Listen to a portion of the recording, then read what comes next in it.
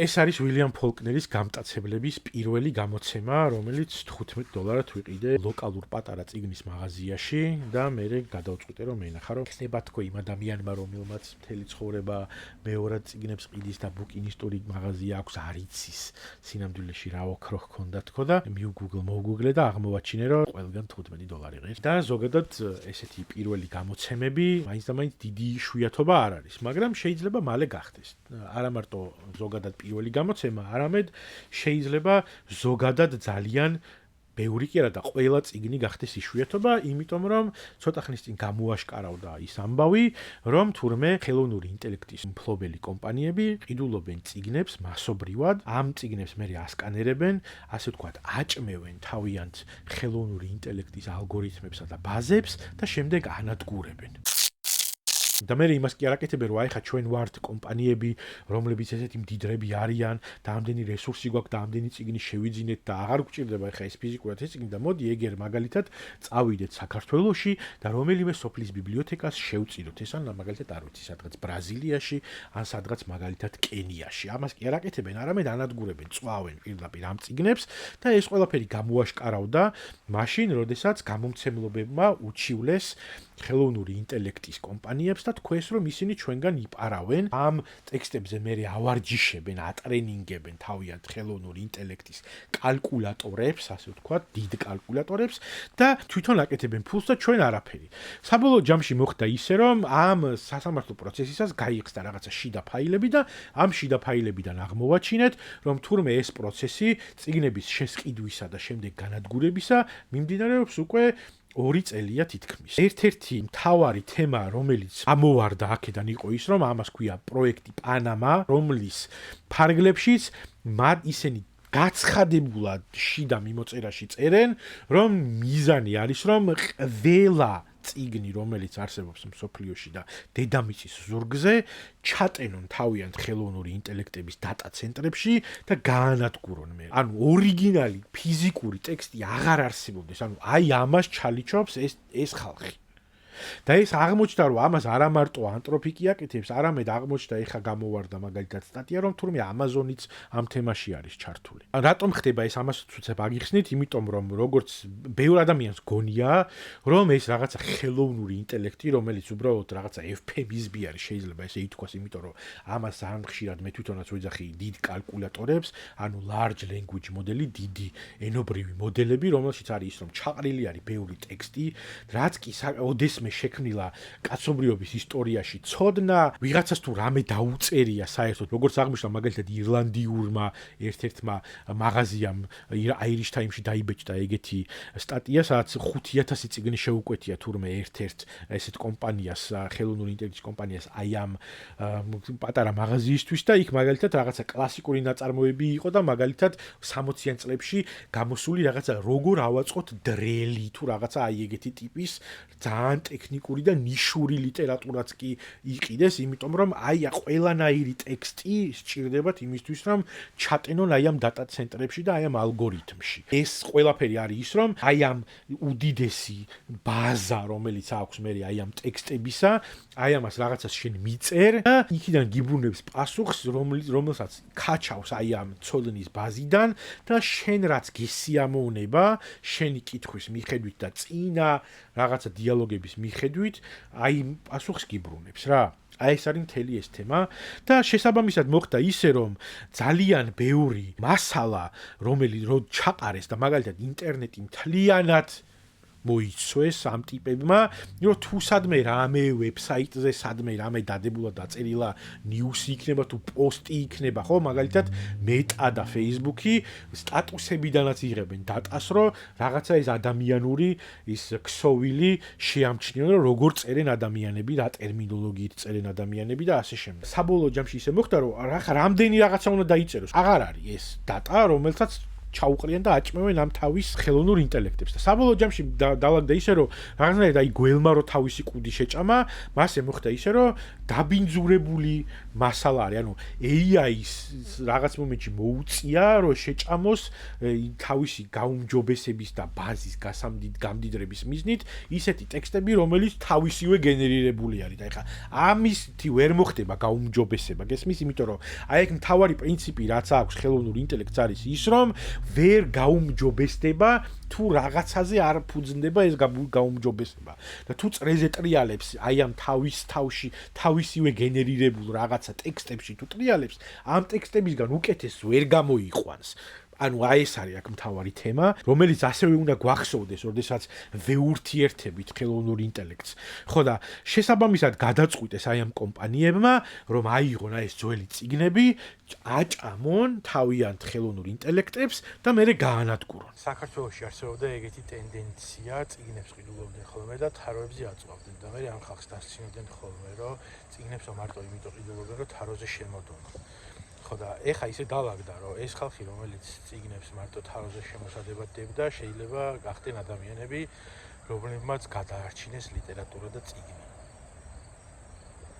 პოპულარული არსად არ არის გარდა ქართული Facebook ბაბლისა, რომელიც ჩემს news feeds არტყია გარს, იმიტომ რომ აი რაღაცა ხბოს აღტაცებაც აღარ ქვია, მას რაღაცა ამების აღტაცება ქვია, რომელსაც მე ვხედავ ხოლმე იმ ხალხისგან, რომელიც პოსტავს ან YouTube-ზე რა ვიდეოებიც აქვს ნანახი, აი ნიკო ნერგაძეს აქვს ერთ-ერთი ადეკვატური შეფასებები ხოლმე, როდესაც საქმე ხელოვნურ ინტელექტს ეხება, დანარჩენი არის აი რაღაცა საოცარი ბოდიში მომითხოვია და ჩუკენობა აი ამ თემასთან დაკავშირებით. და ზოგადად ეს ტექნოლოგია კი არ არის ცუდი და ამ ტექნოლოგიას კი არ ვერჩი, ამ ტექნოლოგიის ძალიან მეიმედებოდა.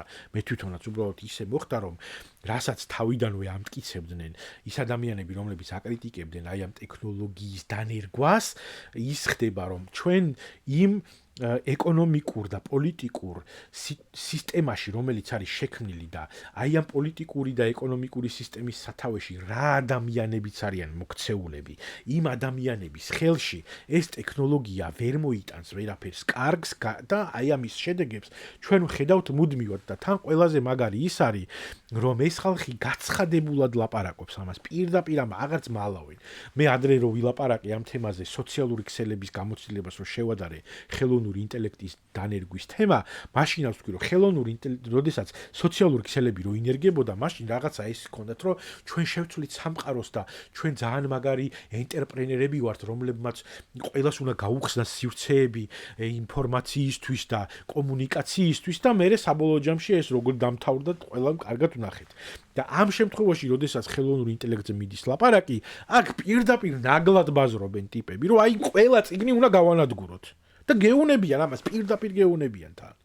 და აქ არსებობს ხალხი, რომელიც ზის და ამას ტაშს უკრავს. ხალხი, რომელიც 2 წლის წინ იმას წერდა Facebook-ზე, რომ კლეოპატრა შავკანიანმა ადამიანმა რო ითამაშაო Netflix-ზე, მაგი ჩემთვის იმდენად წითელი ხაზია, რომ ეხლა მე მხარს უჭერ ცოტა მოფაშისტო ადამიანებს, რომ ლიბერალების ზღვარს გადასულობა რამენაირად შეაკავონო, ანუ მაგას ამბობდა ტიპი, რომ კლეოპატრა რო შავკანიანმა ითამაშა, მაგი ყოფილა სერიოზული წითელი ხაზი და ტიპები, რომლებიც ამბობენ, რომ წიგნები უნდა გავანადგუროთ და ეს ყველაფერი ჩავტვენოთ ხელოვნურ ინტელექტში, ამას ტაშს უკრავს და ამბობს, რომ ეს რა მაგარია. და ეს იმისი ბრალია, რომ ეს ხალხი პირდაპირ გათავხედებულია, იმიტომ რომ მათ ხელშია ყველაფერი, პოლიტიკა, კომუნიკაციის არხები, აი ეს უდიდესი ტექნოლოგია, რომელსაც უდიდესი სიკეთის მოტანა შეეძლო კაცობრიობისთვის. მარტივად რო ვთქვათ რა, ვთქვათ არის დანა, ხო? დანით შეიძლება ვიღაცა დაჩეხო, დასერო, დაჭრა, რაღაცა მოაჭრა, სისხლის გარო დაიცალოს, დაასახიჩრო და დანისგან შეიძლება დაჭრა სტაფილო, ან ვაშლი გათალო, საჭმელი მოამზადო. ბევრი რაღაცა პოზიტიური შეიძლება დანისგან გააკეთო, მაგრამ ჩვენ საბოლოო ჯამში ვიღებთ იმას, რომ ეს ტიპები პირდაპირ მოდიან, ესე გვირტყავენ აი ამ დანას, ესე ხავენ და თან გვეუბნებიან, რომ ეს არის კარგი და პროგრესს ესე ესაჭიროება. ხო და ეს ამბავი ძალიან არაპოპულარული არის მათ შორის ამერიკაში. ადამიანები არიან რომელსაც ფიზიკურად ეხება ეს, ხო? მაგალითად, აი მარტივად რო გითხრათ, შენ შეიძლება იყო ტიპი, რომელიც ზიხარ და ეუბნები ChatGPT-ს დამიწერე ეხლა თუ შეიძლება იმეილის, ხო, რომელშიც ჩემს ბოსს ვეტყვი, რომ ხვალ ავადავარ და ვერ მივალ. და ამას დაგიწერს ChatGPT გამოიწვლის რაღაცა იმაზე და გამოგიგზავნის ამ გაშანშალებულ ტექსტს, რომ შენს დებილ უფროს გაუგზავნო ეს ტექსტი. და ამ დროს აი ეს ტექსტი სალამ აგენერირა ამან რა, ეს აიღო და ოჰაიოში ვიღაცა წყალი მოუწამლა. და ეს ოჰაიოელი ტიპი გაბრაზებულია ამ თემაზე, იმდენად გაბრაზებულია, რომ მაგალითად ეგერ გუშინ აგერა მაქვს ბატონო გახსნილი სტატია, ესე იგი რესპუბლიკელი სენატორების ეროვნულმა კომიტეტმა გამოსცა დასკვნა, რომელშიც ამბობს, რომ თუ ოჰაიოში რესპუბლიკელი ამჟამინდელი სენატორი წააგებს არჩევნებს, ეს უნდა დაბრალდეს რესპუბლიკური პარტიის მიდგომას AI დატა-ცენტრების მიმართ. ანუ პოლიტიკური ჯანყი არის უკვე ამ თემასთან დაკავშირებით. ზოგადად ხალხის განწყობა ამ თემასთან დაკავშირებით არის ნეგატიური. როგორი რაღაცა არის, რომ ეს ტექნოლოგია ძალიან სასარგებლო რაღაცა შეიძლება იყოს და არის, როდესაც გამოვიყენებთ ამას სწორად, ხო? მაგალითად, მე ვილაპარაკე იმაზე წინა ვიდეოში, რომ ვეშაპების ენა გაიშიფრა როგორც ესეთი და რაღაცა ცხოველებთან კომუნიკაციის ლექსიკონიც კი შეადგინა, იმიტომ რომ რაღაცა ის ამოიცნო ისეთი ბგერები ცხოველებთან კომუნიკაციაში, რასაც მაგალითად ადამიანის ყური ვერ და გადაამუშავა ეს რაღაცა მონაცემები, რომელიც ჩაუყარეს, გადაამუშავა და გამოაცალცალკევა და მოგცა მაგალითად ის გამოთვლებით ამ ტექნოლოგიამ ის რომ თქვა შედგა რაღაცა ტიპის პატარა ლექსიკონი, რომლითაც კომუნიკაცია შეიძლება ცხოველებთან. ანუ აი ეს უდიდესი სამყაროსეული რაღაცა სერიოზული ნაბიჯი შეიძლება და გადამდგარიყო, რომ მაგალითად ორ სახეობას შორის ადამიანსა და ვეშაპს შორის კომუნიკაცია დამყარებული იყო ენობრივი, აზრობრივი, შინაარსობრივი. აი ესეთი რაღაცა შეუძლია ამ ტექნოლოგიას გააკეთოს. რომ დაგვეხმაროს მაგალითად, რომ რაღაცა ქიმიური ან ბიოლოგიური გამოთვლები გააკეთოს ისეთი, რომელსაც წლები შეიძლება დაჭირდეს, მაგრამ აი ეს გადავახტეთ აი ამ ბარიერს, რომელსაც დრო ჰქვია გამოთვლები ქიმიური თუ ბიოლოგიური ფორმულები თუ რაღაცა შეცდომების დაშვება, ბევრი შეცდომა ერთად დაუშვათ სწრაფ-სწრაფად, მაგალითად ამან და აღმოაჩინეს, რომ აი ამას თუ გავაკეთებთ ამ მოლეკულასთან ეს ჯახი მოხდება, ეს მოხდება, ის მოხდება და აი ეს ყველაფერი რაღაცნაირად დაემუშავებინა და მოეცა რომ აჰა, აი კიბოს წამალი რო გამოვიგონოთ ამ მიმართულებით თუ წავა უკეთესი იქნება. აი ესეთ რაღაცეებში ამ ტექნოლოგიის გამოყენება იქნებოდა მისწრება.